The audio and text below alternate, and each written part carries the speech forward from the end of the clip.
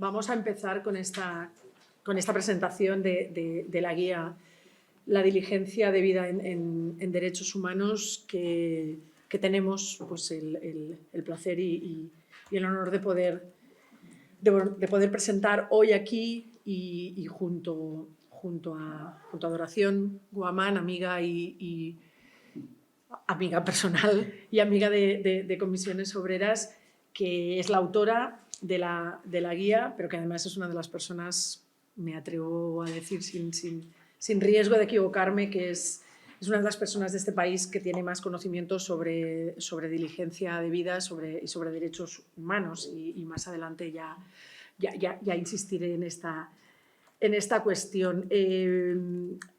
Para la elaboración de esta guía se ha contado también con la colaboración de la Fundación 1 de Mayo, con Paz y Solidaridad de Euskadi y con Bea Plaza y con Ofelia de Felipe también ayudando y colaborando en la redacción de esta guía.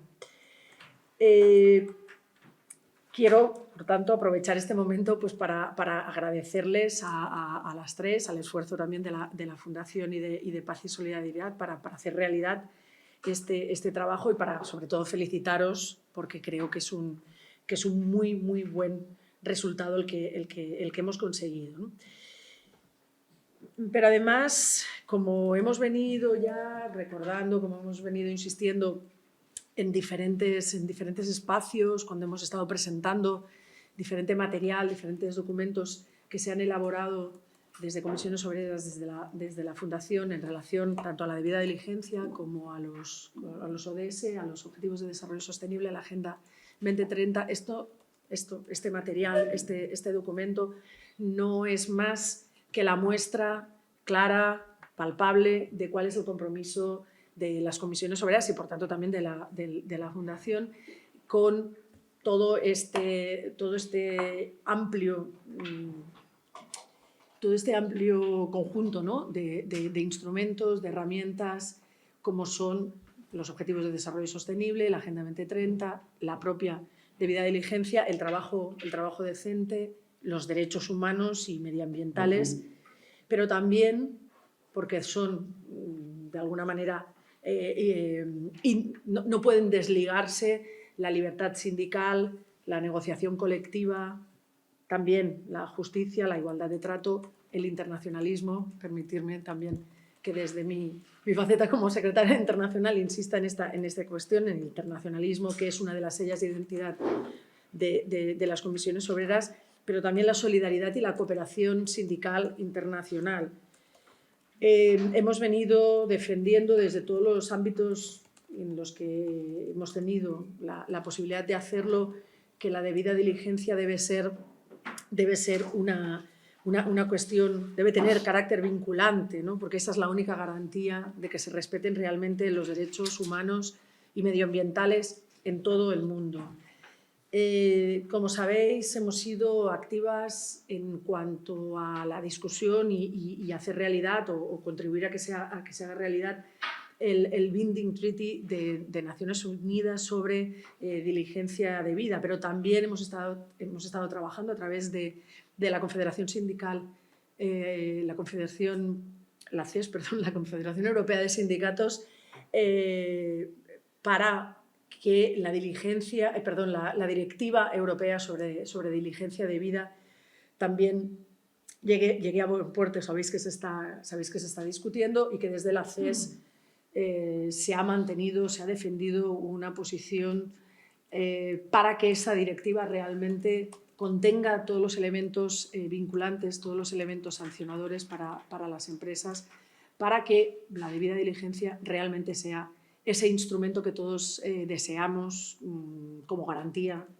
insisto, del cumplimiento o del respeto de los derechos humanos y medioambientales a lo largo de todas las cadenas de valor de las empresas. Y, por último, en el proyecto de ley española de debida diligencia, Adoración, que probablemente entre a comentar este tema, ha sido una de las personas que ha formado parte del grupo de expertos a la hora de elaborar este proyecto de ley. Lamentablemente, esta ley no va a ser una realidad dentro de esta legislatura porque han pesado, como ocurre en demasiadas ocasiones, más cuestiones políticas o diferencias entre los respectivos ministerios que el interés general que suponía esa ley, que además era una ley que, aunque no era todo lo que nosotros deseábamos, sí que tenía elementos muy interesantes y que podían haber sido realmente muy útiles, elementos incluso bastante por encima del contenido de la directiva de debida diligencia. Pero no solamente hemos estado trabajando en estos aspectos, en estos ámbitos, sino también, y está aquí Juan, el responsable internacional en la Federación de Industria, a través de Industriol, de la Federación Global, y nuestra Federación de Industria en los AMI, en los acuerdos marco internacionales en la industria de la confección en este sentido. Trabajamos también en el seguimiento de las directrices de la OCDE y también hemos estado presentes en diferentes espacios de debate, de trabajo en OIT, la Organización Internacional del Trabajo, para que finalmente la debida diligencia acabe formando parte del cuerpo de los convenios de la OIT. También hemos estado, y con esto voy acabando, también hemos estado muy activos en esa idea de situar en el centro del debate el trabajo decente en el mundo, como ese derecho fundamental a defender, de defensa contra los crímenes corporativos y contra la impunidad. Eso es el centro, y creo que aquí también Adoración lo destacará, ese es el centro, creo, ese es el enfoque, ¿no?, que traslada ya el propio título de la guía, ¿no? La diligencia debida en derechos humanos, una herramienta clave en la lucha sindical para el trabajo decente. Y aquí se persigue un doble propósito. Por un lado, evidenciar cómo la diligencia debida, con sus evidentes limitaciones, no es una cuestión perfecta, pero sí que puede constituir un instrumento útil para los sindicatos en nuestra lucha diaria por el trabajo decente. Y el segundo propósito es justificar, creo que sobradamente, la reivindicación que lanzamos desde los sindicatos de esa participación sindical en todas las etapas de la diligencia debida, desde la fase, digamos, previa del diálogo social hasta el día a día en los centros de trabajo, sin perder en ningún momento el punto de vista, la idea de la solidaridad internacional sindical y la cooperación sindical.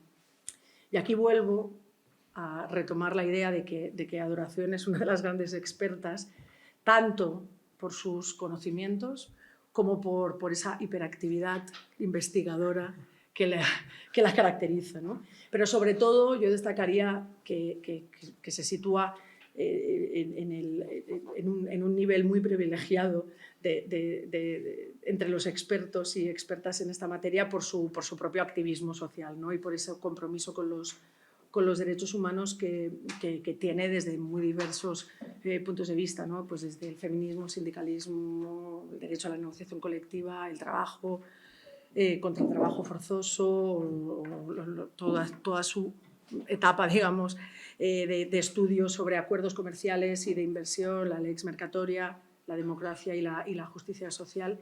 Y ya paro aquí, ya no voy a seguir hablando también de Adoración, que se lo merece, por supuesto, porque no quiero robar más tiempo. Creo que estamos ante un muy buen documento, un documento muy útil. Al final, ese es el objetivo, ¿no?, que tenemos cuando elaboramos estos documentos, que no queden únicamente en un archivo, para poder luego poner las muescas sobre qué hemos hecho desde Comisiones Obreras en estas cuestiones, sino que realmente sea un instrumento, una herramienta útil para la acción sindical diaria, que es lo que nos mueve y que es lo que justifica que hoy todos y todas estemos aquí. Por tanto, lo dejo aquí, le paso la palabra a Adoración, yo os propongo que ella haga su intervención, su presentación, su clase magistral, y después abriríamos un turno de palabras si tenemos cuestiones a comentar, dudas a aclarar o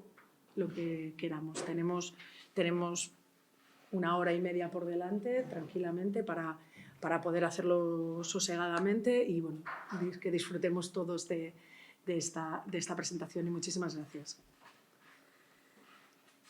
Muchas gracias, Cristina. Es una presentación, como siempre, cariñosa y merecida, y bueno, la que tiene que dar las gracias por la oportunidad de realizar esta guía, siempre con el apoyo de Cristina y de su equipo, pues soy yo, soy profesora y sindicalista, y creo que en este largo camino que llevamos colaborando en cuestiones internacionales y en cómo las y los sindicalistas podemos posicionarnos en la defensa de los derechos humanos en general, laborales en particular en el mundo, pues Comisiones Obreras está llevando la voz cantante a nivel internacional, y creo que eso es gracias a las personas que estáis aquí, a esta capacidad que tiene Comisiones Obreras a través de todas vosotras, y muy en particular aquí de la jefa y su equipo, de lanzar la voz de Comisiones Obreras a nivel internacional y seguir apostando por esta acción tanto internacional como transnacional de la defensa de los derechos desde la acción sindical. Esta guía no habría sido posible si no fuera por un trabajo conjunto de varias mujeres a las que quiero agradecer, y a las fundaciones con las que trabajan, tanto la 1 de Mayo como Pau y Solidaritat, como Paz y Solidaridad de Euskadi, Pau y Solidaritat del País Valencià, han trabajado en esta guía a través de 3 maravillosas, inteligentes mujeres que, pues, sin las cuales esta guía no sería lo que es. Tanto Ofelia de Felipe como Bea Plaza como Julia Sanchís se han puesto sus manos en esto y el trabajo de sus fundaciones, y por eso tenemos un documento que además aspiramos a que sea un documento que podamos ir mejorando, ir adaptando, y efectivamente sea lo que Cristina quería desde el principio que fuera, que es un documento útil que demuestre que es absolutamente necesaria la acción sindical a nivel internacional. Y es absolutamente necesaria, y empiezo ya planteando el problema del cual surge todo ese trabajo, porque, como bien sabéis, la consecución del trabajo decente en el mundo está cada día más lejos y no más cerca, pese a que realmente en el mercado de trabajo español tenemos una anomalía, que es que vamos a mejor en muchos de nuestros indicadores. Los datos que nos presenta la Organización Internacional del Trabajo respecto al trabajo en el mundo cada vez son peores. Y son peores en gran medida vinculados a una gran transformación del trabajo que nos está tocando vivir y que nos pone en una situación de especial responsabilidad respecto a momentos anteriores. Nosotras, como sindicalistas, nos enfrentamos a un momento en el que el trabajo ya no es lo que era y el antagonista tampoco es lo que era. Mientras los marcos jurídicos que nosotras hemos utilizado como herramientas para proteger el trabajo siguen siendo fundamentalmente nacionales, el antagonista y aquel que tiene capacidad de violar los derechos humanos, y especialmente laborales, ya no está en el marco nacional, está en el marco internacional y transnacional. Y en este sentido necesitamos nuevas herramientas, porque la descentralización productiva global está pensada para transgredir y eludir lo que son las normas y lo que son las herramientas de las cuales nos hemos dotado para proteger el trabajo, es decir, el derecho laboral y los convenios colectivos y la acción sindical de conflicto. Ni el derecho laboral, ni los convenios colectivos, ni la acción sindical de conflicto están todavía preparadas para enfrentar a un antagonista que es transnacional. Y, afortunadamente, la acción que hacéis todas las personas que estáis aquí y todo lo que es el panorama internacional está intentando adecuar la acción sindical a un antagonista que ya no es nacional, sino transnacional. En este sentido, hay que entender los mecanismos de diligencia de vida, entre muchos otros que voy a aprovechar para comentar, como una herramienta que nos va a permitir adecuar nuestra acción sindical al antagonista, a esas empresas transnacionales, y no solamente eso. Incluso creo que una acción inteligente podría llegar a utilizar la diligencia de vida como un mecanismo para infiltrar esas cadenas y para conseguir que, donde no llega el derecho internacional, donde no llega el derecho nacional, pueda llegar una suerte de derecho transnacional que voy a intentar definir ahora a través de las cadenas. Esto lo dice la OIT, no lo estamos inventando. La OIT dice: si se cumplieran los convenios de la OIT en general, pues los últimos eslabones de las cadenas no tendrían esclavitud moderna. El problema es que no cumplen. Claro, evidentemente, el problema es que no cumplen y, evidentemente, como no cumplen y las empresas transnacionales son conscientes de que la inspección de trabajo en Bangladesh no funciona como en España, pues Zara se deslocaliza a Bangladesh. Entonces, ante esta realidad, lo que voy a hacer para intentar explicar de dónde sale la guía es plantear qué soluciones se han esbozado fundamentalmente en los últimos años frente a esta realidad y en cuáles podemos participar y de cuáles nos podemos apropiar para hacer esta labor sindical transnacional. En realidad, lo que nos estamos enfrentando, y me voy a permitir dos transgresiones. Una desde el punto de vista de profesora de Derecho y otro desde el punto de vista feminista, porque creo que también hay que, en esta guía hay una especial perspectiva de género y la voy a reivindicar. En primer lugar, como en el punto de vista jurídico, muy brevemente, lo que quiero poner de relieve es que nos estamos enfrentando a la crisis o a la quiebra de uno de los principios jurídicos que dio nacimiento al derecho del trabajo, que es la responsabilidad. El derecho del trabajo nace en gran medida para hacer responsables a las empresas por la vida, las condiciones de vida de las personas a las cuales se está extrayendo fuerza de trabajo, que no se debe pagar únicamente. Es decir, el derecho del trabajo nace para decir usted debe de comportarse de esta manera con las vidas de sus trabajadores. Las empresas transnacionales, con esta labor de fragmentación, descentralización y deslocalización, lo que hacen es eludir esos mecanismos de responsabilidad, yéndose fuera donde no pueden aprenderlas, esos mecanismos que son la ley nacional fundamentalmente. Eso por un lado.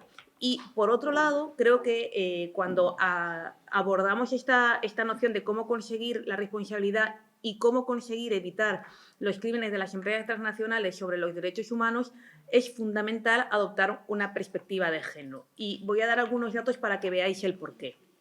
La OIT en los últimos años nos ha avisado de que en el ámbito de las cadenas globales de valor, y por cadena global de valor, aunque luego entraré más concreto en la definición, vamos a entender todas las actividades que son necesarias para la producción del producto y la distribución del mismo, hasta la eliminación incluso, que es la cadena global de valor, pues que en los últimos eslabones de las cadenas globales de valor se están cometiendo violaciones de derechos humanos que llegan hasta la esclavitud moderna. En estas violaciones de derechos humanos que la OIT vincula directamente, la OIT ha dicho claramente que la no consecución del trabajo decente está vinculada a las grandes cadenas globales de valor, a esta descentralización de la que hablaba. Además, lo que nos dice la OIT es que, pese a la proliferación de normas que están intentando que se alcance la igualdad en el mundo del trabajo y sobre todo que se alcance la protección contra la violencia de género en el ámbito del trabajo, la violencia contra las mujeres y niñas sigue. La violencia patriarcal contra todas aquellas disidencias sexuales, mujeres y niñas, sigue. Y que además hay una especial predominancia de esta violencia en determinados sectores y en determinados eslabones de las cadenas, por ejemplo, el textil. Pero además nos dice la OIT que la desigualdad, ya no solo la violencia, sino la desigualdad en cuestiones de brecha, etcétera, está especialmente presente en estas cadenas y en determinados eslabones que son los más bajos. Y si nos vamos a los datos de esclavitud moderna, lo que vemos también clarísimamente que de los 49,8 millones de personas que están en esclavitud moderna hoy, hay una clara predominancia de mujeres y niñas esclavizadas en el sector privado y trabajo y matrimonio forzoso, y dentro del sector privado hay una especial preponderancia de ejercicio de violencia sexual contra mujeres y niñas también vinculada a las cadenas. Lo que tenemos que tener claro es que cuando hablamos de estas violaciones de derechos humanos por transnacionales, ninguna de estas circunstancias son neutras. Todas tienen una especial afectación de género y están presentes en los últimos eslabones de las cadenas.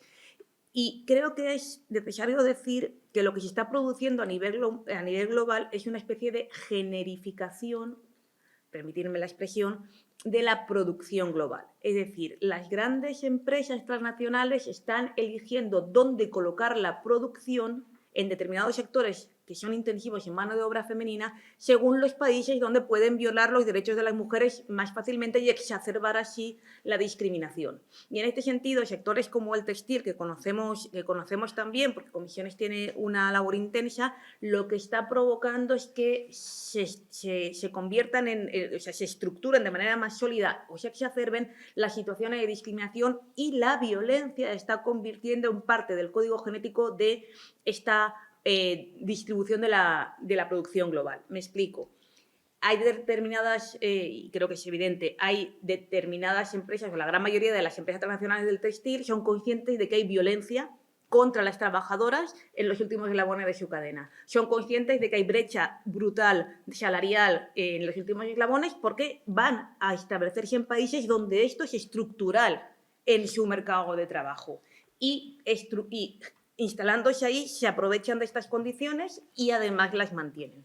Por ello creo que es fundamental cuando estamos hablando de trabajo decente, de esclavitud moderna y de violaciones de derechos humanos cometidas por empresas transnacionales, actuar siempre desde la necesidad de introducir la perspectiva de género y en cada uno de los mecanismos que planteemos pensar que tenemos que establecer instrumentos específicos para tener en cuenta la especial afectación a mujeres, niñas y disidencias sexogenéricas que tienen la actuación de las transnacionales. En concreto, creo que la idea fuerza, antes de empezar con los diferentes instrumentos, la idea fuerza que quería remarcar esta mañana con vosotras y vosotros es que nos estamos enfrentando a una generificación de la globalización de la producción y las empresas transnacionales están jugando un papel importantísimo en estructurar la violencia contra mujeres y niñas como parte de su aumento de tasa de ganancia en determinados países donde no solamente no se lucha contra la violencia de género en el trabajo ni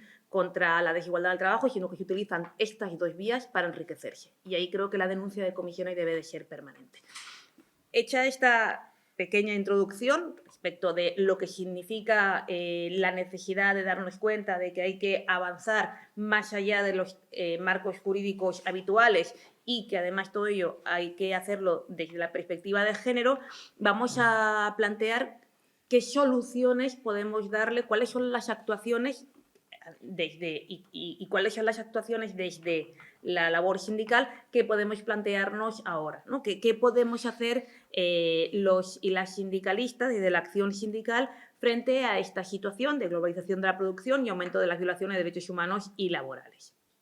El primer nivel es el derecho internacional.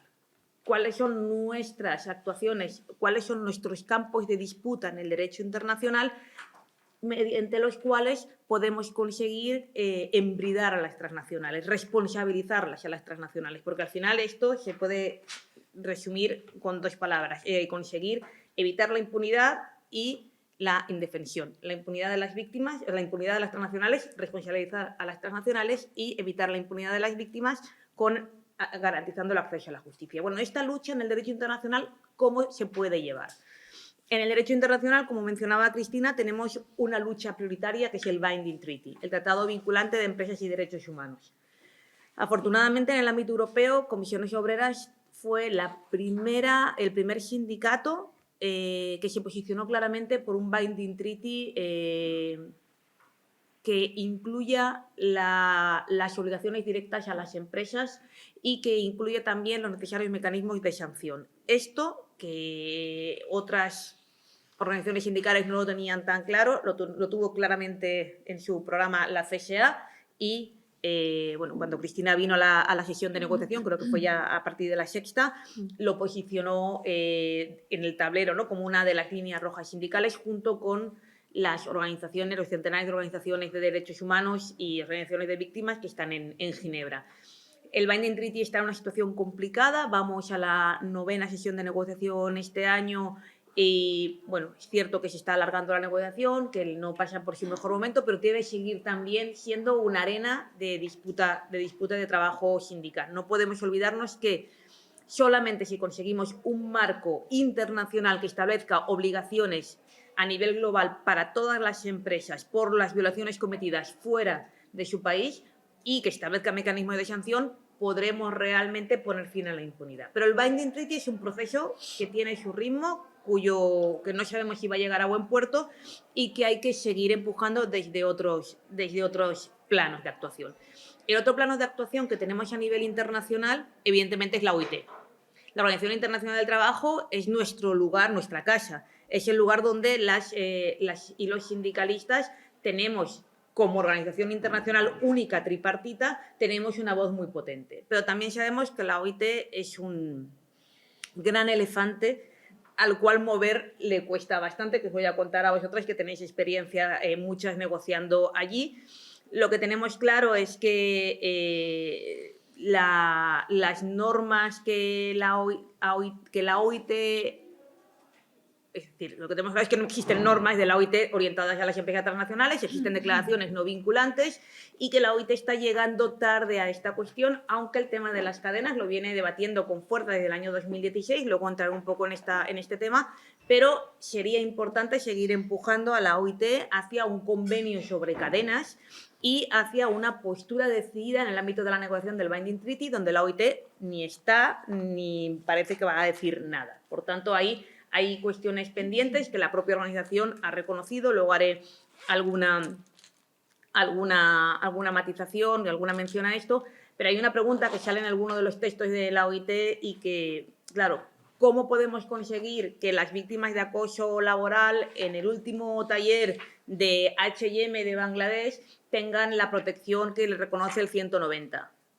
Bueno, ¿cómo lo podemos conseguir? No, es que debería cumplir Bangladesh, ya. Y si no cumple Bangladesh, H&M, Madrid, que es la que se lucra porque hay una violencia de la persona que controla a unas trabajadoras que no las deja levantarse del puesto de trabajo, H&M no tiene nada que decir a esto. La OIT no tiene nada que decir a esto cuando es consciente de que no se cumple las previsiones del convenio 190, por poner el último ejemplo. Bueno, pues ahí, ¿no?, la OIT va lenta, pero afortunadamente se está pronunciando. En el último documento de la OIT reconoce, el último documento en estos estudios que se están haciendo acerca de las cadenas, reconoce que aunque se ratifican los convenios hay un incumplimiento generalizado y que algo hay que hacer. Y en ese sentido creo que nuestra tarea en el ámbito de la OIT es intentar apostar por llegar a un convenio.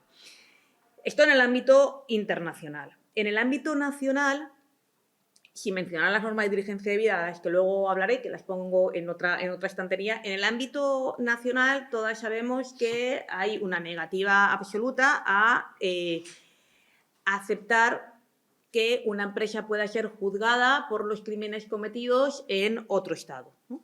Sin embargo, es cierto también que gracias al litigio, que le llamamos el litigio estratégico, y gracias fundamentalmente a todo lo que está siendo la batalla para conseguir evitar el impacto contra el medio ambiente y contra el cambio climático de las transnacionales, están consiguiendo muchos avances. Me explico. En los últimos 5 años estamos viendo cómo en el ámbito de la Unión Europea determinadas empresas transnacionales están siendo llevadas ante los tribunales por violaciones de derechos humanos cometidas fuera de la Unión Europea. Está el caso Vedanta, que es el Reino Unido, pero empezó cuando era parte de la Unión Europea, que es una gran minera en Zambia, que está siendo juzgada en el Reino Unido por violaciones al medio ambiente y a las comunidades en Zambia. Está el caso Lafarge, la cementera francesa, el caso Kik, que se perdió en Alemania, pero hubo una aceptación del proceso. Es decir, se están consiguiendo en el ámbito de derechos humanos y sobre todo en el ámbito climático. En el ámbito del litigio climático se han conseguido ya victorias contra empresas transnacionales por daños ambientales cometidos fuera de la Unión. Entonces, no es un imposible. Y creo que desde nuestro sindicato también podríamos plantearnos colaborar con organizaciones sociales en litigio estratégico. Porque a veces creo que hasta que las empresas transnacionales, las grandes matrices en España, no se den cuenta que podemos ir a por ellas y llevarlas ante los tribunales si violan derechos humanos fuera de España y se lucran por ello, pues no van a aceptar que mecanismos como la diligencia de vida a lo mejor son el mal menor, porque el mal mayor es que consigamos llevarlas ante los tribunales y hacerles que efectivamente paguen indemnizaciones millonarias. Millonarias como la indemnización que nunca pagó Chevron de 9.500 millones de dólares, que nunca pagó Chevron, pero que tiene una condena en Ecuador por todas las barbaridades que hicieron en la selva ecuatoriana. Es decir, en el ámbito nacional queda una lucha. Queda una lucha larga, yo creo que queda una lucha larga para demostrar que se puede llevar a una empresa ante los tribunales por los daños cometidos en otro estado si demostramos la conexión entre la matriz y la empresa que comete esos daños en otro estado, que esto es factible, que se está haciendo en otros países y que además las en las empresas españolas que están operando, por ejemplo, en Guatemala, en El Salvador, en México, están cometiendo violaciones de derechos humanos, que organizaciones con las que trabajamos lo tienen muy claro, sobre todo a nivel de cooperación. La cooperación sindical trabaja con organizaciones en terceros países que tienen claro y tienen pruebas de esas violaciones, incluso de derechos laborales. Bueno, ¿por qué no llegar a hacer lo que está haciendo sindicatos franceses de aliarse con ONGs para llegar a llevar ante los tribunales, a modo de litigio estratégico, esta serie de cuestiones? Esto se hace en Francia muchísimo y en otros países podríamos intentarlo. Pero además de estas dos patas, que serían las clásicas, ¿no? Utilizar los mecanismos de derecho internacional, utilizar los mecanismos de derecho nacional. La tercera vía, que creo que es la novedosa y donde podemos y donde realmente nos estamos enfocando con esta guía, es lo que le llamamos el derecho transnacional. El derecho transnacional, aplicado a las cadenas de valor, ha sido teorizado recientemente por un profesor amigo de la casa además, Wilfredo Sanguinetti, que define este derecho transnacional de las cadenas globales de valor como un derecho o un conjunto de normas que está conformado por prácticas, estándares, códigos de conducta, pero también acuerdos marco internacionales y, por supuesto, normas de diligencia debida. Es decir, un conjunto de regulaciones que pueden ser incluso propias de las empresas, como esos códigos de conducta que no nos parecen absolutamente suficientes, pero están ahí, como cuestiones que nos gustan mucho más, como son los acuerdos marco o como las normas de diligencia debida. Y todo este conjunto normativo permite que haya un camino que utiliza esta descentralización de la producción como vía para llegar a un destino al cual el derecho no llega porque se elude su aplicación. El propósito, según el profesor que os cito, es ordenar, utilizar los marcos que las empresas están asumiendo para ordenar las relaciones jurídicas, para que dentro de esos marcos también se vean obligadas a respetar ciertos mínimos laborales que en el caso de la diligencia debida pues vamos subiendo.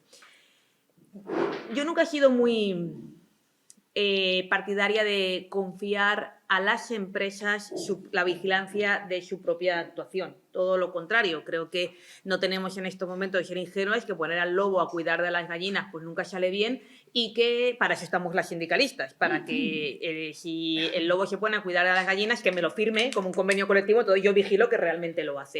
Y precisamente se trata de esto, de intentar hibridar, de intentar conseguir que mecanismos que las propias empresas en un momento determinado intentaron hacer para sí, como aquellos códigos de conducta, etcétera, y que nosotras llegamos a empujar para decir, no quiero un código de conducta, quiero un acuerdo marco internacional y me lo firmas, y que eso seguir haciéndolo, pero también dar un paso más. Y ese paso más, ese mecanismo híbrido, son las normas de diligencia debida, que cogen la autorregulación y dicen, vale, te vamos a permitir un espacio de autorregulación, pero el espacio de autorregulación tiene unos mínimos que tienes que cumplir necesariamente, que son esta obligación, esta obligación, esta obligación, y además hay responsabilidad por incumplimiento. Esos son los marcos de diligencia debida que, algo que decimos siempre, si una norma de diligencia debida se hace bien y no deja agujeros que permiten que pase la irresponsabilidad, puede ser tremendamente efectiva por este principio, ¿no?, de transnacionalidad y de capacidad de utilizar la propia cadena de la empresa con el concepto de control como concepto fundamental para conseguir que donde no llega la norma llegue el propio autocontrol de la empresa vigilado por los sindicatos. En este sentido, el elemento fundamental cuando pensamos en la diligencia debida es el concepto de control. Y suponemos que una empresa transnacional tiene el control de toda su cadena. A lo que las empresas transnacionales siempre nos contestan, no, yo no puedo controlar el eslabón 50. Y a lo que yo siempre les digo, si no puedes controlar el eslabón 50, no lo tengas. Directamente descentralízate hasta el 20. Y si tú a partir del 20 no sabes dónde se teja esa ropa, no sabes dónde se consigue ese algodón, no sabes de dónde cómo se llega a tejer ese pantalón, pues algo estamos haciendo mal, porque si tú no lo conoces, probablemente la mujer que esté tejiendo ese pantalón lo esté haciendo en su casa, a oscuras, sin ningún tipo de protección, de prevención de riesgos laborales y cobrando una miseria. Y de esto se trata la diligencia debida. Yo creo que podemos definir la diligencia debida como un mecanismo que establece una responsabilidad de medios. que es distinto a los mecanismos habituales que establecen responsabilidad de resultado y que sancionan el no resultado. La diligencia de vida es una responsabilidad de medios que nos recuerda mucho a las normas de prevención de riesgos laborales. Las empresas tienen una serie de obligaciones en el proceso productivo, sea propio o lo hayan descentralizado, que tienen que cumplir. Y lo que tienen que cumplir es, en primer lugar, detectar todos aquellos riesgos reales o potenciales para derechos humanos y ambiente y, a partir de esa detección de los riesgos, actuar con una serie de fases que están explicadas en esta guía, porque son las fases que tempranamente diseñó la OCDE y que son este esquema básico de la diligencia, que es la detección de riesgos, el diseño de las medidas, la implantación de las medidas, la evaluación de las medidas, la comunicación y publicidad de las medidas, y otra vez vuelve el ciclo. Es algo que las que habéis trabajado en prevención de riesgos laborales creo que os sonará bastante, porque en realidad tiene un ciclo muy similar, todo lo que es la prevención de riesgos, sea de salud y seguridad en el trabajo, sea en este caso de violaciones de derechos humanos, mantiene este esquema, ¿no? Entonces, la diligencia de vida, por eso, lo que hace es adoptar esquemas e instrumentos que ya existían y plasmarlos para la protección de los derechos humanos y, dentro de ellos, evidentemente, los laborales. Por eso, muchas veces, el término diligencia de vida lleva a confusión. Y cuando estamos discutiendo con empresas, es importante también explicar que ellas ya hacen un procedimiento de diligencia de vida para sus riesgos financieros, pero que no estamos hablando de lo mismo. Y es un término que lleva a confusión porque en el derecho internacional público la diligencia de vida estatal existe y no tiene nada que ver con lo que estamos proponiendo. En el derecho romano, el principio de derecho romano, también existía la diligencia de vida. Por supuesto, como ya he dicho, en la actividad de las empresas existe el concepto de diligencia de vida, y no nos referimos a ninguno de estos conceptos anteriores.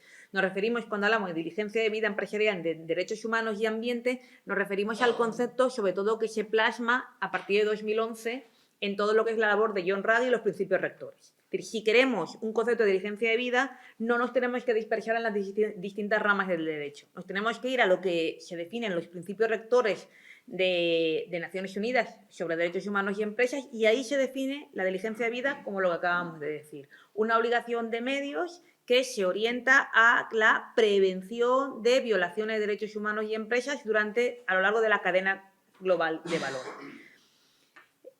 Por tanto, para que nos hagamos, y en esto la guía lo hemos intentado explicar muy claro, en el marco supranacional de derechos humanos y empresas, que son los principios rectores y luego las guías OCDE, encontramos la definición primigenia y central de diligencia de vida. A partir de esta definición central hemos ido tejiendo el concepto. Y hemos ido tejiendo el concepto porque realmente en estos momentos la diligencia de vida y su contenido sigue siendo una arena de disputa política. Hasta tal punto de que el borrador de anteproyecto de ley española de diligencia y otras cosas que redactamos y que todavía está en fase de borrador de anteproyecto, es una norma mucho más avanzada que la del panorama comparado y, desde luego, más avanzada que el concepto inicial de diligencia. Y eso hay que disputarlo. Y creo que, además, el disputar políticamente la diligencia de vida, como luego os contaré qué está pasando en el Parlamento Europeo, nos está permitiendo, desde la labor sindical, conjuntamente con organizaciones sociales, ampliar espacios de debate y ampliar reivindicaciones de lugar del sindicato en la defensa de los derechos humanos. Yo creo que el debate está siendo muy positivo. Entonces, la definición de diligencia la encontramos en el ámbito de todo el marco de derechos humanos y empresas, principios rectores, OCDE, y últimamente la OIT también la está utilizando. Y esto es interesante, porque si rastreamos en qué documentos de la OIT se utiliza la palabra diligencia de vida, la encontramos, por ejemplo, en el protocolo de 2014 sobre trabajo forzoso, protocolo al convenio del trabajo forzoso, ya habla de diligencia de vida. La recomendación 205 sobre empleo y trabajo decente también habla de diligencia de vida. Pues es bastante interesante, porque es antes de que estallara la discusión. O sea, la OIT, después de los principios rectores, ya empezó a tratar la diligencia de vida. Y, por supuesto, en la Declaración de Empresas Multinacionales se reforma en 2017 para incluir la diligencia de vida. Es decir, la OIT no es ajena. Lo que pasa es que todavía no existe ninguna declaración específica de la OIT sobre diligencia de vida desarrollando lo que podríamos entender, según la OIT, la diligencia de vida en materia laboral, pero sí que la encontramos ya dentro de su normativa. En el ámbito nacional, esto es respecto a la diligencia de vida en el ámbito internacional, que es de donde surge el convenio. A partir del año 2017, la diligencia de vida da un salto interesantísimo porque deja de estar presente en el ámbito internacional como meras declaraciones para empezar a devenir obligatoria. Y deviene obligatoria en dos planos. Primero en el plano nacional y luego en el plano de la Unión Europea. Voy a centrarme en estos dos planos y con esto iré concluyendo.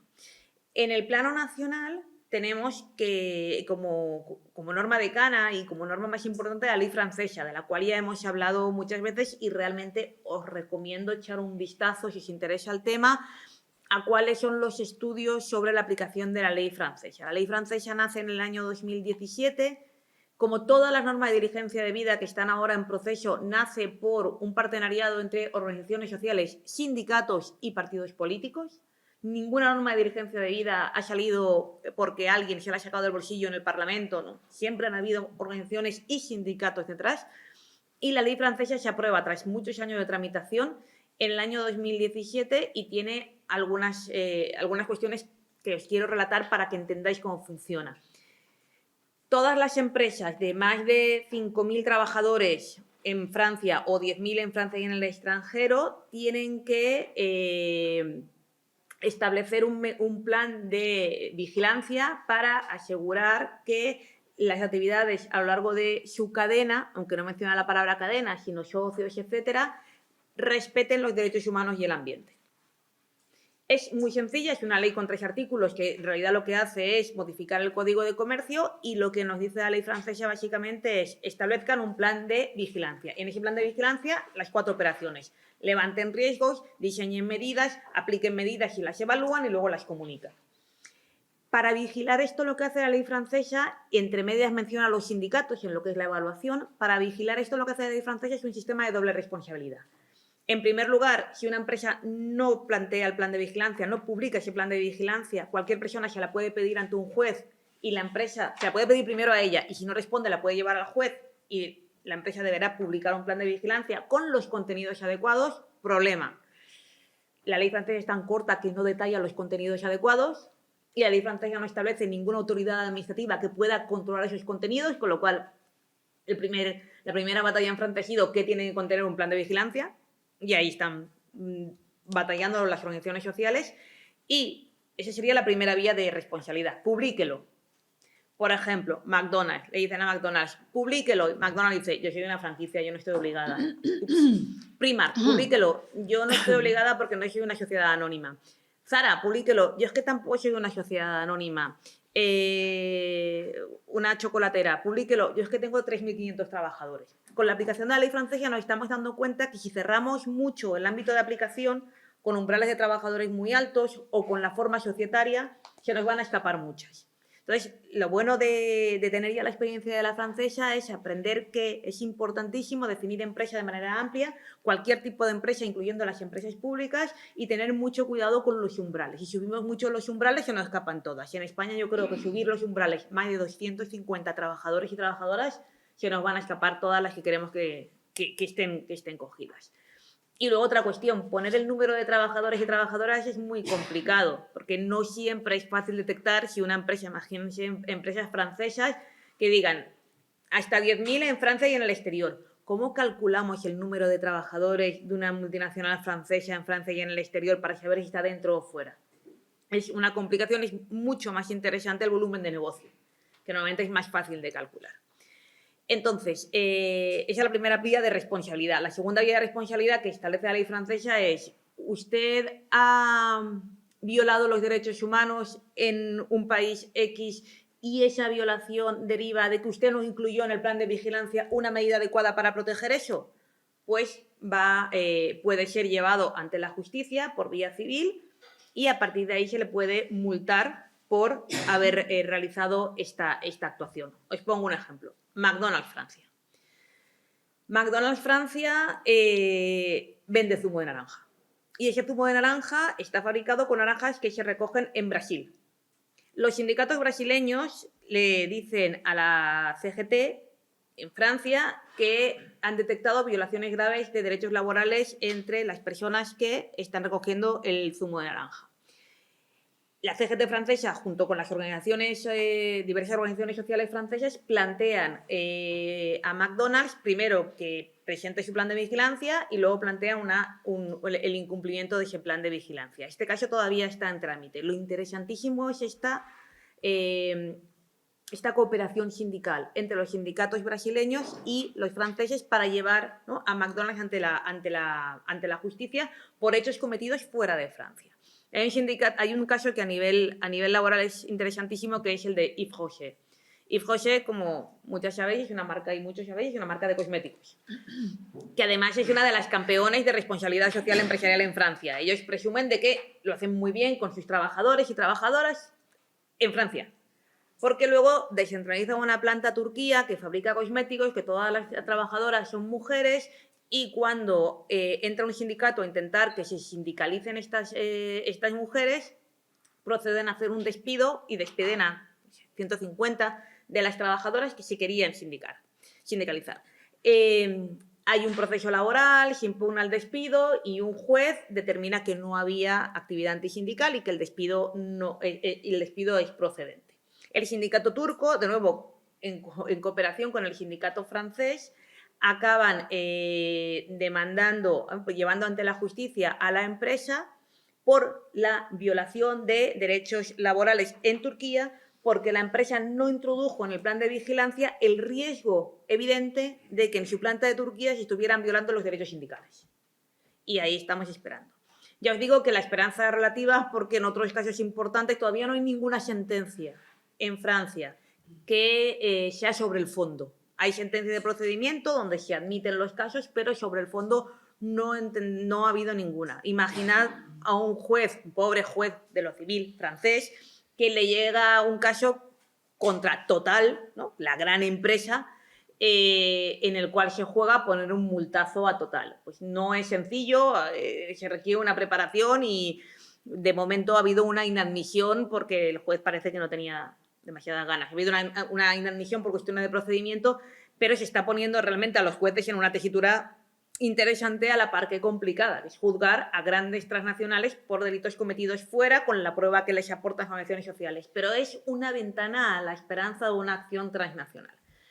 La ley francesa es una ley que yo creo que está muy bien pensada, con estos flecos. A partir de la ley francesa se prueba una en Alemania, se prueba una en Holanda que no ha entrado en vigor, Noruega también la tiene, se empiezan a debatir en otros Estados miembros, se empieza a debatir en España, se crea una comisión gracias al trabajo de Enrique Santiago y la presión de aquí, el par de compañeras y otras muchas que decimos al Ministerio de Derechos Sociales: hay que lanzar ahora, es ahora o nunca. Se crea una comisión, se redacta la propuesta de ley española. Se acaba de redactar en junio del 22 y todavía están en tramitación o intentando convencer a algún ministerio del Partido Socialista de que esto salga adelante. La ley española está redactada y creo que puedo decir que es un texto muy bueno y muy avanzado, pero pues, con economía hemos topado, ¿no? Hay algo ahí que no.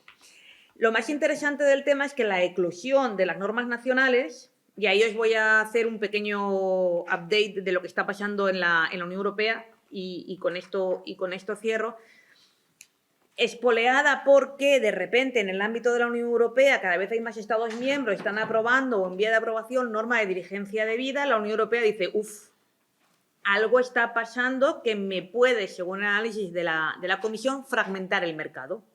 Y claro, el principio del mercado único, la Comisión lo ve peligrar y decide hacer una norma de diligencia debida no sectorial, sino global, y esto lo lanzan ya en el 2020 como una prioridad normativa de la Unión Europea. No es que no hubieran normas antes de diligencia debida, se utilizó la expresión y el mecanismo de diligencia debida en el reglamento sobre madera de 2010, en el reglamento sobre minerales de 2011. Entonces, existen ya normas en que se utilizan la diligencia debida, pero creo que es necesario subrayar siempre que el Reglamento de Madera de 2010 no protege los derechos humanos, protege a las empresas europeas frente a la importación de madera ilegal. Tengamos también en cuenta con quién estamos jugando y los objetivos de la Unión Europea. La Unión Europea protege el mercado único. Si en el ínterin protege los derechos humanos, vale, pero que las normas hasta el momento que se han aplicado están fundamentalmente protegiendo lo que es la entrada, por ejemplo, de madera ilegal o de minerales conseguidos con violación de derechos humanos, pero están protegiendo específicamente el mercado único. Bueno, la Unión Europea en el año 2020 decide que va a lanzar una norma de diligencia, tarda mucho en presentarse la propuesta y al final, en febrero de 2022, la Comisión Europea lanza ya su propuesta de directiva de debida diligencia debida de empresas en materia de sostenibilidad. Y aquí ya encontramos que la Unión Europea nos cambia el pie y ya no habla de derechos humanos, habla de sostenibilidad. Entendiendo dentro de la palabra sostenibilidad, como sabéis, porque en el CESE también ha sido objeto de debate, que de repente la sostenibilidad pasa como metaconcepto que engloba todo, incluyendo los derechos laborales, que parece que nos diluimos en la cosa, ya no se sabe si verde, sostenible, etcétera, pero que hay que reivindicar un poco el papel, ¿no?, de los derechos laborales, que no creo que se deban diluir en la palabra sostenibilidad. Pero bueno, la Comisión dice directiva en materia de sostenibilidad y como bienes jurídicos protegidos, como veremos, entran los derechos humanos y el medio ambiente de aquella manera. Antes de esta propuesta de la Comisión, el Parlamento ya había hecho una propuesta bastante interesante en el 2021 de texto articulado, que está bastante interesante, en la que yo creo que la CES tuvo mucho que ver porque los sindicatos estaban muy presentes en todo el texto. En el texto de la Comisión no encontramos a los sindicatos, no existen, desaparecen. Y el texto de la Comisión tiene numerosos defectos que, bueno, si queréis luego en el debate planteo algunos, pero fundamentalmente restringe mucho el ámbito de aplicación, restringe mucho las obligaciones y yo creo que es un texto más orientado a poner un tope a lo que los Estados pueden hacer que realmente a promover la diligencia debida como este instrumento que nos va a ayudar a proteger los derechos humanos. Es una norma que protege a las empresas.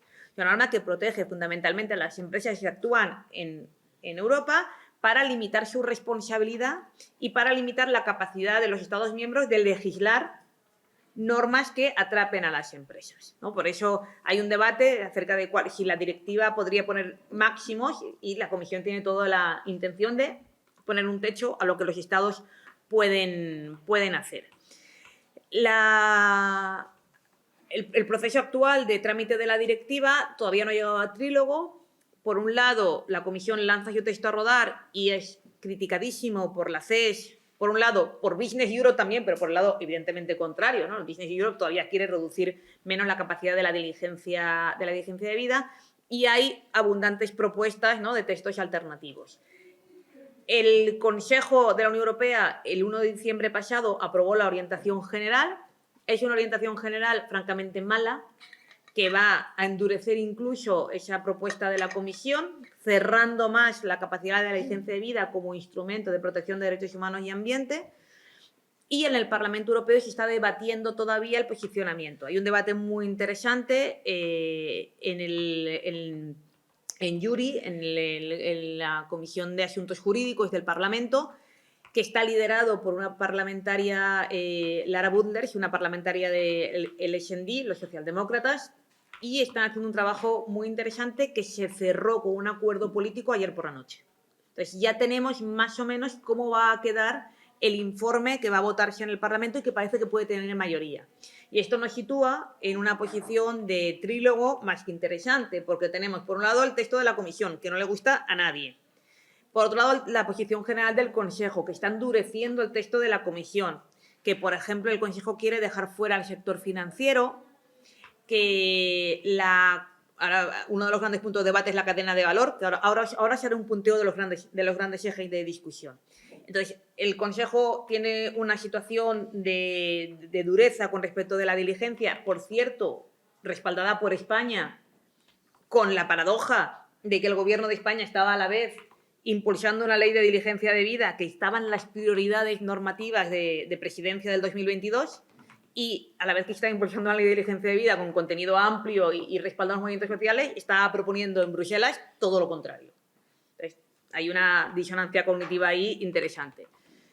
Eso por un lado. Por otro lado, la postura del Parlamento, que si sale bien, vamos a encontrar un posicionamiento que pretende pues, que la cadena global de valor sea entendida de manera amplia, que los derechos humanos sean entendidos de manera amplia, que el medio ambiente se proteja también a nivel de los derechos humanos, que los sindicatos tengan un papel, que el trabajo esté muy presente. Eso está en la postura del Parlamento. Y en medio la comisión, pues que al final también lo que planteó no acaba de gustarle ni a unos ni a otros. Por tanto, en estos momentos la arena de batalla está plenamente en la Unión Europea. Y está en la Unión Europea porque, aunque nos pese, la posibilidad de que en esta legislatura veamos una ley española de diligencia de vida, creo que ya podemos asumir que los plazos ya no son posibles, no ha habido acuerdo ni siquiera para el primer trámite. El anhelo que teníamos, al menos, es que llegara al Consejo de Ministros, a efectos de que llegara a la fase de anteproyecto en esta primera vuelta del Consejo de Ministros y tuviéramos un texto que ya estuviera aprobado como anteproyecto para poder trabajar en la legislatura próxima, pero bueno, parece que esto no va a ser así. Para cerrar, prometo cerrar ya, lo que sí que quiero plantear es cuáles son rápidamente los 5 ejes de debate y cuáles son las posturas que hemos mantenido aquí en este partenariado entre comisiones y organizaciones sociales que están manteniendo en Europa. La primera, creo, y la sitúo la primera, aunque no ha estado primera en los debates, hemos de reconocerlo, pero creo que ha de ser la primera, es la cuestión de la introducción transversal de la perspectiva de género. No, desde luego, la Comisión no hace ni mención de la perspectiva de género, la ley francesa, la alemana no hacen ni mención de la perspectiva de género, la propuesta de ley española sí. Y no se propone la perspectiva de género de cualquier manera, sino que debe adecuarse con las medidas específicas en cada una de las fases de la diligencia de vida que detecten y que estén adecuadas a detectar los riesgos particulares de mujeres y niñas en los distintos ámbitos de las cadenas. No está mal buscar acerca de cómo se mira la perspectiva de género, por ejemplo, en los principios rectores. Creo que en los principios rectores y en la OCDE hay líneas interesantes de cómo podemos conseguir instrumentos que dentro de este control de las cadenas incluyan la perspectiva de género. Para que no nos perdamos siempre, no sé, incluir la perspectiva de género, ya oiga, pero ¿esto qué es? Deme un instrumento concreto, ¿no? Y dejemos de utilizar la perspectiva de género como si fuera la cláusula que nos salva de todo y la aterricemos. La segunda cuestión tiene que ver con a quién se le aplica y hasta dónde se aplica. El gran debate fundamentalmente es qué empresas van a ser las empresas afectadas. La propuesta española en fase de borrador, como os digo, la voy a llamar propuesta española y aviso que solo está en fase de borrador, ya lo sabéis, 250 trabajadores o el X volumen de negocio, que había puesto en 50 millones, creo, si no me equivoco. Eso quiere decir que o te cogen por un lado o te cogen por otro. La propuesta de la Unión Europea es muy limitada a las empresas muy grandes y, bueno, ahí creo que lo fundamental es que en cada escenario, en cada país, se pueda determinar cuál es el criterio adecuado. Para Francia puede ser un criterio adecuado los 5.000, creo que es mucho. Para Alemania son los 3.000 y ahora 1.000, pero para un mercado como el español, poner el límite por encima de 250 es que se nos escapen casi todas. Con 250 vamos a coger el 2%. Claro, si el 98% son pymes, con el límite que ponemos es el 2%. Pero ahí, además, si ponemos como posibilidad o número de trabajadores o cifra de negocios anual, podemos intentar incluir a más trabajadoras, a más empresas. Hay algunos problemas añadidos, no solamente qué empresas, sino, por ejemplo, el sector financiero. El sector financiero no puede quedar fuera, como pretende el sector financiero y algunos gobiernos, y desde luego tampoco podemos consentir que el sector financiero no esté incluido como sector de alto riesgo. La directiva y todas las normas establecen sectores específicos de alto riesgo, construcción, textil. Y el sector financiero creemos que también debería de estar entre sectores de alto riesgo. Y el sector financiero dice, pero es que nosotros no hacemos nada. Nosotros financiamos otras actividades. Efectivamente, si tú estás financiando actividades que matan a gente o donde se están violando los derechos laborales, tienes una responsabilidad por esa financiación. Por tanto, es una pelea intensa que el sector financiero incluso entre como sector de alto riesgo y se incluyan, por ejemplo, sectores que se les han olvidado, como es fabricación de armas o cualquier otro tipo de, ¿no? Que hay grandes olvidos ahí, ¿no? Que no entendemos cómo pueden haberse ido. La otra cuestión respecto del alcance es, y este sí que es uno de los grandes debates, es qué quiere decir cadena global de valor. Normalmente la OIT, y es lo que os sonará probablemente a vosotras, ha utilizado cadena de suministro. La cadena de suministro es lo que solemos llamar cadena upstream. Es decir, desde todo lo necesario o sea, todo lo necesario para la producción del producto, para que llegue al consumidor, ¿no? O para que llegue al producto como tal, porque ni siquiera entraba a la distribución. Este concepto se supera para plantear un concepto distinto, que es el cadena global de valor, aunque a veces la CSA utiliza también producción para dar más notoriedad al trabajo, pero el concepto globalmente utilizado por las organizaciones que trabajan el tema desde la perspectiva de derechos humanos y de ambiente es cadena global de valor, porque es el más amplio. Y porque incluye la subida al upstream y el downstream, es decir, todo lo que yo hago para producir, pero una vez tengo el producto en mis manos, todo lo que hago para distribuir, incluso para eliminar la vida del producto. Claro, ¿qué pasa? Que en la definición amplia, que se difundió también por la Comisión, se pretendía incluir por algunas, y yo no lo veo mal, pero es más complicado, el uso del producto. Es decir, si yo compro armas y con esas armas mato gente, la responsabilidad sigue siendo de la matriz que produce. Esto ha generado muchísimos debates y al final el Consejo en su posición general dijo, pues voy a eliminar la utilización de cadena global de valor y voy a utilizar cadena de actividad. Dije, bueno, otro, o sea, ya no nos vamos a aclarar nunca si seguimos intentando inventarnos términos. El informe de Yuri, el último que salió, y esto es del horno de ayer, utiliza cadena global de valor, pero elimina el uso. Sí que utiliza distribución, pero no el uso, para intentar llegar a un acuerdo de compromiso. No me parece mal, es un mínimo aceptable. Porque lo fundamental es que no nos quedemos solamente en la subida hasta el producto, sino que también entren las fases de distribución donde se violan muchos derechos laborales. Y los que estáis en el tema de la distribución, creo que lo veréis claro. Tanto los derechos, o sea, los principios rectores como la OCDE hablan de cadena global de producción, de cadena global de valor. Cualquier otra cosa creo que no es aceptable. Y respecto de la cadena, la postura que está utilizando Business Europe y el Partido Popular y Ciudadanos es que solo se aplique la norma, la directiva, fuera de la Unión Europea. Entonces, claro, esto es otra de las cuestiones que a nivel sindical tenemos que pelear, porque su argumento es, dentro de la Unión Europea, cada Estado tiene sus normas laborales que se aplican y ya van a proteger a las empresas que están dentro de la Unión Europea. Evidentemente esto es así, tenemos normas laborales que se aplican a todas las empresas citas en nuestro Estado, pero si los mecanismos de diligencia de vida nos dan un plus para conseguir que se mejore los derechos de las personas trabajadoras en el ámbito de la Unión Europea, evidentemente tienen que aplicarse. Y además no tiene, creo que es racista colonial y otras muchas cosas más, plantearse que estas normas solo tienen que aplicar fuera de la Unión Europea. Se tienen que aplicar a la totalidad de la cadena. Y ahí viene el otro concepto, el otro punto de debate. Pymes sí o pymes no. Hay muchas ONGs, incluso creo que la CES en un momento determinado lo propone, que dice tiene que aplicarse a todas las empresas. Y yo he empezado diciendo que a mí el ámbito de aplicación que me gusta es 250 para arriba. ¿Por qué? Porque vengo del debate del Binding Treaty y teníamos muy claro que el antagonista es la transnacional y que teníamos que centrarnos en la transnacional y porque estos son normas para empresas que tienen cadena. No son normas para empresas que no tienen cadena. Y en este momento, cargar a las pymes con todas las obligaciones de diligencia de vida cuando no tienen cadena, a mí no me parece una manera inteligente de utilizar el instrumento porque vamos a generar un rechazo cuando en realidad poco vamos a sacar de rédito.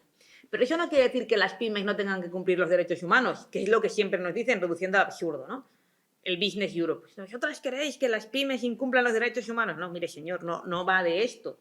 Las pymes tienen que respetar, como todas las empresas, derechos humanos y ambiente. Es más, si una pyme en España, el tema de la fresa de Huelva, por ejemplo, que nos ha dado tantos dolores de cabeza, si una pyme está dentro de una cadena en España y la matriz establece una serie de medidas que tienen que cumplirse a lo largo de la cadena dentro y fuera de España y que obliga a que todos sus productores tengan X, ¿no? Certificaciones que demostrar, por ejemplo, se aplica en España igual que se aplica en Marruecos, igual. Y en este sentido, las pymes no están, y esto es una cosa que me obsesiona, las pymes no están directamente obligadas por la norma de diligencia de vida, no tienen cadena, pero sí que están indirectamente obligadas a cumplir aquellas medidas que desde la matriz que les controla se establezcan para que la matriz cumpla con las obligaciones de diligencia de vida. En ese sentido, proyectos sindicales que desde Pau y Solidaritat y desde la Fundación 1 de Mayo estamos, ¿no?, trabajando, van orientadas a apoyar a las pymes en la interiorización de lo que va a venir. Y que, sobre todo, en esta interiorización de lo que va a venir, sepan que las personas sindicalistas somos un actor fundamental. Y ahora iré a eso. Por tanto, diligencia de vida, yo creo que las empresas que superen los 250 a la totalidad de la cadena y dentro y fuera de la Unión Europea y con todos los sectores de riesgo, incluyendo especialmente el financiero. La otra cuestión de debate, ¿qué son derechos humanos y qué es ambiente? La propuesta de la Comisión menciona en el preámbulo 17 veces la palabra medio ambiente y lucha contra el cambio climático y le dedica a la cosa 2 artículos. Fatal. O sea, pone a los derechos, al ambiente, no al derecho al ambiente, a la protección del ambiente y al clima en un 5º lugar respecto de los derechos humanos, que tampoco protegen su totalidad porque tienen un sistema muy complicado. Nuestra propuesta, derechos humanos, la autocensura de la manera más amplia posible, mención de los convenios de la OIT y no solamente de los fundamentales, ¿no? Y, por supuesto, la protección del medio ambiente a la par. Esto es muy complicado y el borrador de una de las principales líneas de rechazo al borrador español fue porque definimos daños ambientales de manera súper amplia. Y ahí, evidentemente, a las empresas no les gusta. Porque, claro, no nos centramos en daño ambiental es aquello que vulnera un convenio X. No, mire, es que los convenios en materia de ambiente son muy flojos. Daño ambiental es todo lo que provoca daño ambiental. Al agua, a los acuíferos. Y esto no les ha gustado demasiado. Pero bueno, eso es un tema a tratar. Y, por supuesto, derechos sindicales específicamente determinados y derechos laborales específicamente incluidos. Y el otro caballo de batalla, y ya juro acabar con esto, es la participación de las partes interesadas y especialmente de los sindicatos. Aunque en la propuesta del Parlamento los sindicatos estábamos incluidos con especial protagonismo, como yo decía, la propuesta de la Comisión los elimina. La OIT ha dicho ya en varias ocasiones, en estos textos que os digo, que habla de diligencia de vida, que las organizaciones sindicales deben intervenir en los diversos niveles, a nivel sectorial, nacional, europeo y mundial, y en los diferentes espacios de la negociación colectiva mediante el diálogo social o mediante los derechos de información y consulta. ¿Vale? Entonces, mediante el diálogo social a la hora de diseñar la norma y mediante los derechos de información y consulta en la empresa matriz a la hora de diseñar las medidas y mediante su participación en las empresas de la cadena a la hora de vigilar la aplicación. Y tenemos esa implicación en el conjunto de la cadena, además de luego como personas jurídicas capaces de accionar para proteger los derechos. En este sentido, también las normas de diligencia buenas tienen que ampliar todo lo que es la capacidad de acceso a la justicia de las víctimas, introduciendo a los sindicatos como representantes, por ejemplo, de los derechos de personas que no están en España, ¿no? Si se violan los derechos de 5 mujeres en un taller de Bangladesh y resulta que es de Zara, pues que comisiones pudiera representar a estas personas para una supuesta, ¿no?, demanda en España. La ley española desarrolla en su artículo 10 todo esto, no dice expresamente que modifica el Estatuto de los Trabajadores, pero sí que es cierto que modifica e introduce toda la cuestión de diligencia de vida dentro de los derechos de información y consulta. Y hace una cosa que a mí me gusta mucho y que estoy muy orgullosa porque fue idea nuestra y está en la norma, y si no se llega a aprobar lo seguiremos intentando, que es incorporar los acuerdos marco internacionales. Como todas sabéis, los acuerdos marco internacionales tienen un pequeño problema, que es que no hay norma que los recoja. Y como no hay norma que lo recoja, se basa en una relación de fuerzas. Si hay relación de fuerzas se cumple, y si no hay relación de fuerzas y la transnacional incumple, pues ¿qué le vamos a hacer? dice nuestro amigo Víctor que la transnacional no puede incumplir porque ahí están los sindicatos. Y yo decía, bueno, pues ojalá, ¿no?, el acuerdo de Inditex llegue siempre a buen puerto, pero ¿y si un día no llega a buen puerto, qué hacemos con ello? ¿Le declaramos una huelga transnacional a Zara y paralizamos todo el mundo? Pues a lo mejor no podemos. Pero si incluimos los acuerdos marco dentro de las obligaciones de diligencia debida, que es lo que hacemos en el artículo 10 del borrador de la propuesta, diciendo que si la empresa matriz la empresa matriz que está haciendo su plan de diligencia, si la empresa matriz ya tiene un acuerdo marco, las obligaciones establecidas en ese acuerdo marco entran dentro de sus obligaciones de diligencia debida. Con lo cual, un incumplimiento del acuerdo marco daría pie a demandar por la vía establecida de responsabilidad civil a esta empresa transnacional. A nosotros nos parece que era una solución limpia para darle un cierto reconocimiento jurídico en el ámbito estatal a los acuerdos marco. A partir de ahí hay otro tema, la responsabilidad civil, cómo cerrar la responsabilidad civil. La directiva la cierra muy mal, más es un coladero de irresponsabilidad que una responsabilidad y, sobre todo, algo que desde la ley española queríamos resaltar, el acceso a la justicia.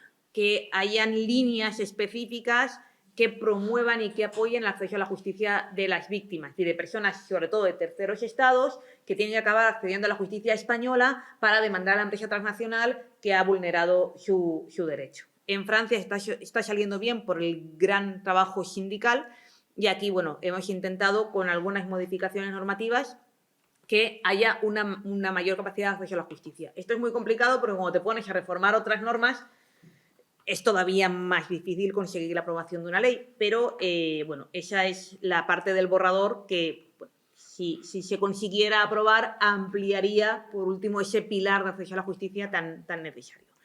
Como conclusión de la guía, creo que hay que resaltar que para que la aplicación de la diligencia debida salga bien es fundamental el papel sindical. Las sindicalistas conocemos las actuaciones de descentralización, conocemos la cadena, estamos presentes tanto en las matrices como en los distintos eslabones de la cadena. Tenemos ya acuerdos, porque hemos aprendido a negociar los AMIs, con los distintos sindicatos presentes en los distintos eslabones y somos capaces de organizarnos a nivel transnacional. Por tanto, desde el diseño hasta la ejecución y la vigilancia de las actuaciones de diligencia debida, creo que la labor sindical es fundamental. Esto es lo que queremos resaltar en la guía, no como una mera reivindicación, sino también para incentivar a nuestras delegadas y delegados y afiliados a convertirse en actores de la cosa.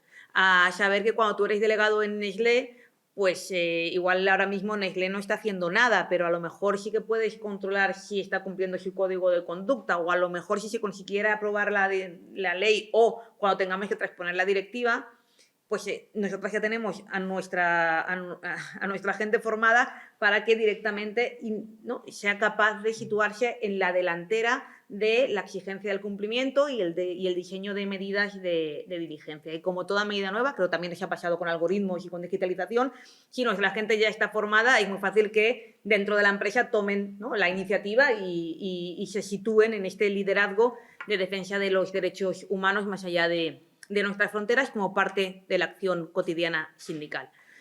Lo voy a dejar aquí, creo que ya me he extendido más de lo posible. Muchísimas gracias de nuevo por la oportunidad de trabajar este tema con vosotras y especialmente con las fundaciones que también lo están haciendo y con Cristina y su equipo.